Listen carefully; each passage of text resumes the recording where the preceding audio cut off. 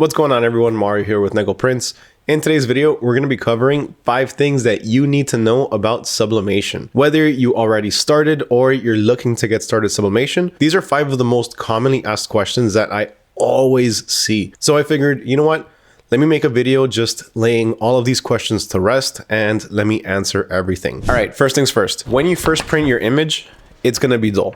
The colors are not going to be vibrant, as you can tell here. The colors are not vibrant whatsoever. Everything is pretty dull. Nothing is really popping. You can tell what it is, obviously, but it's just not very vibrant. The vibrancy comes once heat is applied. So once you apply heat, that's when the colors really start to pop. That's when the colors actually become vibrant and when the image actually starts to look good.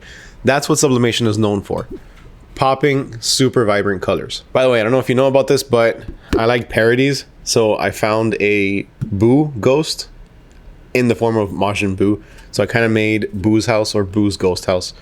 It's just stuff I like. Now, the reason this is number 1 is because this question is asked all the time. This is literally the most frequently asked question that I have ever heard of in my life when it comes to sublimation. I go onto a forum and the first thing that I see religiously every single time, I just printed my design and the colors aren't vibrant because heat hasn't been applied.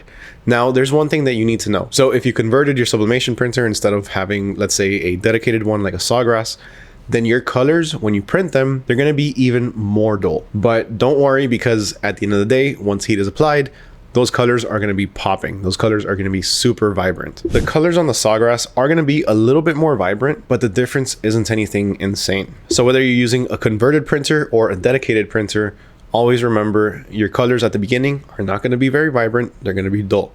If you have a converted sublimation printer, they're going to be even more dull. Number 2, you can use regular copy paper if you're in a pinch. So I don't recommend this, but if you need to do it, you can do it. So here we have 2 of the same design. This one was printed using sublimation paper and this one was printed using regular paper. Now, right off the bat, the first thing that you can tell is that this one is a lot duller. The one on sublimation paper is a bit more solid. The colors are a bit more vibrant. Even though there's no heat applied, it's still kind of dull, but the colors are more vibrant than the regular paper. So let's see how these press. 3 hours later. Can you move it along? I'm all out of time cards. So keep in mind, the top one is the one that uses regular sublimation paper and the bottom design is the one that was with regular paper. As you can see, the top one, the one with regular sublimation paper, is obviously a lot more vibrant. Just like when it printed, the colors are a lot more solid, but the one done with regular paper, it's actually not that bad. If you're in a pinch, if you don't have any sublimation paper and you need something done literally that same day or the next day, you can use regular paper. Do I recommend it? Not 100%. I would rather use regular sublimation paper so you can really get the full effect of the colors. If you need to do it, you can use regular paper. All right, number 3. So this one is actually something that I mentioned earlier. I said it in the first one, and that's the fact that a converted sublimation printer can actually give you the same results as a dedicated sublimation printer. If you have an Epson 2800 and you convert it by putting sublimation ink in there, then the quality of your final prints isn't going to be as bright as, let's say, something like a Sawgrass or a dedicated Epson sublimation printer, but it's still going to be really, really good because at the end of the day, it's the ink that you're using. Of course, the color profiles and all that have a lot to do with it. And it's a lot more dialed down when you have a dedicated printer, again, like the Sawgrass or an Epson one. It still works. Once you have installed the right ICC profile and you have your settings dialed down, the results are really, really good. Like, people use this for their entire business and it works great and you save a lot of money. I like going with dedicated sublimation printers. I like things that just work right out the box. I don't like doing conversions anymore just because it's too much time, it's too much maintenance. And at the end of the day, with my personal experience, after about a year, 2 years, the equipment kind of starts to get a little bit broken down, wear and tear starts to happen, and it could potentially need to be replaced. Obviously, that's not always the case, but that's just my 2 cents. All right, number 4, This question is another one of those that is literally asked everywhere on every single forum. And for some reason, no matter how many times it's answered, it keeps on coming up. What's up with cotton sublimation? Can you sublimate on cotton? There's a ton of different hacks that you can do for cotton. Is this going to work? Is it going to last? The simple answer is no. You cannot sublimate directly on cotton. Same thing goes for black or for any dark color. So let's start off with the cotton sublimation. So you can't sublimate on cotton, period. It's not gonna happen. Even if you do press it the first time and it looks pretty good, after a couple washes, that ink, it's gonna come off. It's gonna start to wash away because sublimation ink is not compatible with cotton fibers. Sublimation ink is compatible with synthetic polyester fibers. Now, there are different types of materials that you can use. So you can use certain types of heat transfer vinyl, so that way you can sublimate on top of that, but then you're not sublimating on cotton. You're sublimating on the heat transfer vinyl, which is on the cotton. So it's a workaround, but you're not directly sublimating on cotton. There's also different types of sprays that you can use, but those sprays, from what I've been told and from what I've read, different types of reviews, different testimonials, after time, it starts to come off as well. So after a few different washes, the spray kind of starts to come off. It starts to come off the shirt.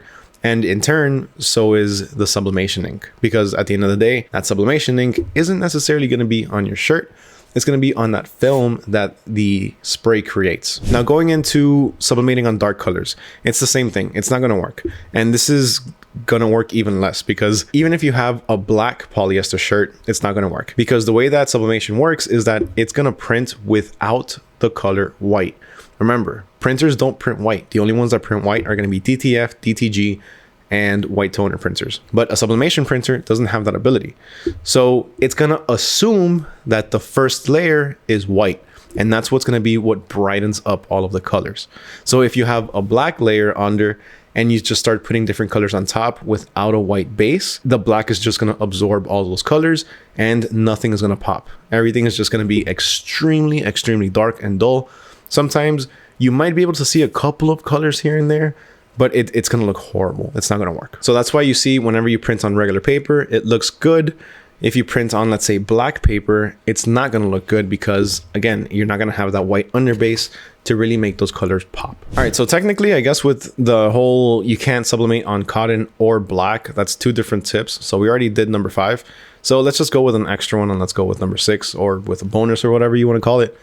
And that is that your colors from sublimation, ultimately, they're permanent, right? They're never going to come off unless you apply way too much heat afterwards. If you sublimate a t-shirt, you typically sublimate it, at least I do, at 400 degrees Fahrenheit. Take that out the press, good to go.